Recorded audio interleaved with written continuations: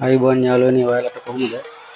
මම අද ඔයාලට පෙන්වන්නේ මීමැස් එක ඔයාලට විද්දාම ඒ විද්දාට පස්සේ ඉතුරු වෙලා තියෙන මීමැස්ගේ ඉත එනර්ජි ඉවත් කරන්නේ කොහොමද කියලා.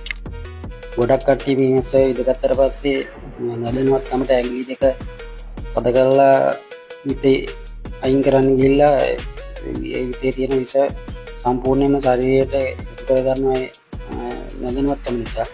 විත විදීම සම්බන්ධව ගොඩක් විස්තර තිබුණට මම මෙහිදී ඔයාලට පැහැදිලි කරලා දෙන්නේ මීමැස්සෙක් ඉදට පස්සේ මීමැස්සගේ විතේ තියෙන විස ශරීරගත වෙන්න කලින් ඒක නිවැරදිව ඉවත් කරන්නේ කොහොමද කියලා. ඇඟිලි දෙකෙන් තද කරලා ඒක ඉවත් කරන්න හැදුවොත් එහෙම සම්පූර්ණ විසම ශරීරයට එකතු වෙනවා. මීමැස්සෙක් විද්ද කියන්නේ මීමැස්සගේ විත ඇඟේ ඇමුණට පස්සේ ඒ විතත් එක්ක මීමැස්සගේ විස ග්‍රන්ථියයි පොඩි මැල්ලක් විස මල්ලයි මීමැස්සගේ බඩවැලුයි ඔක්කොම එකට තමයි ඇදිලා යන්නේ. ඒ කියන්නේ මීමැස්සෙක් විද්ද කියන්නේ ඒ මීමැස්ස මැරෙන එක තමයි වෙන්නේ.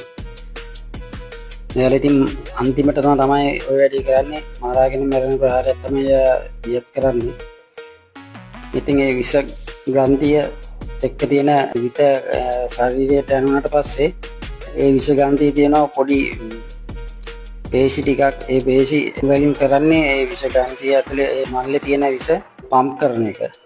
ඔයාලට පෙනේ මේ වීඩියෝ එකෙන් ඒක පොඩ්ඩක් විත හෙල්ල වෙනවා වගේ. ඒ කියන්නේ ඒ ඇතුලේ ඒක වැඩ කරනවා තාම.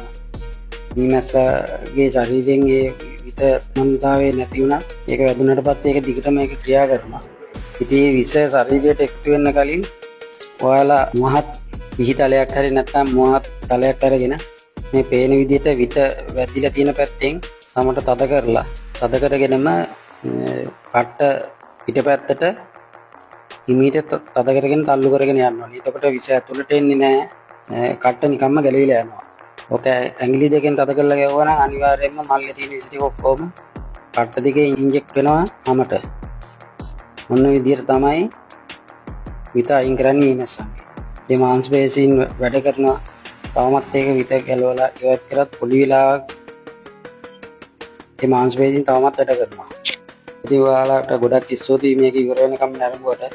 මේ වගේ තවත් වීඩියෝ ඔයාලට ඉදිරියේදී ගේන්න බලාපොරොත්තු වෙනවා. ඉතින් එතකන් ඔයාලට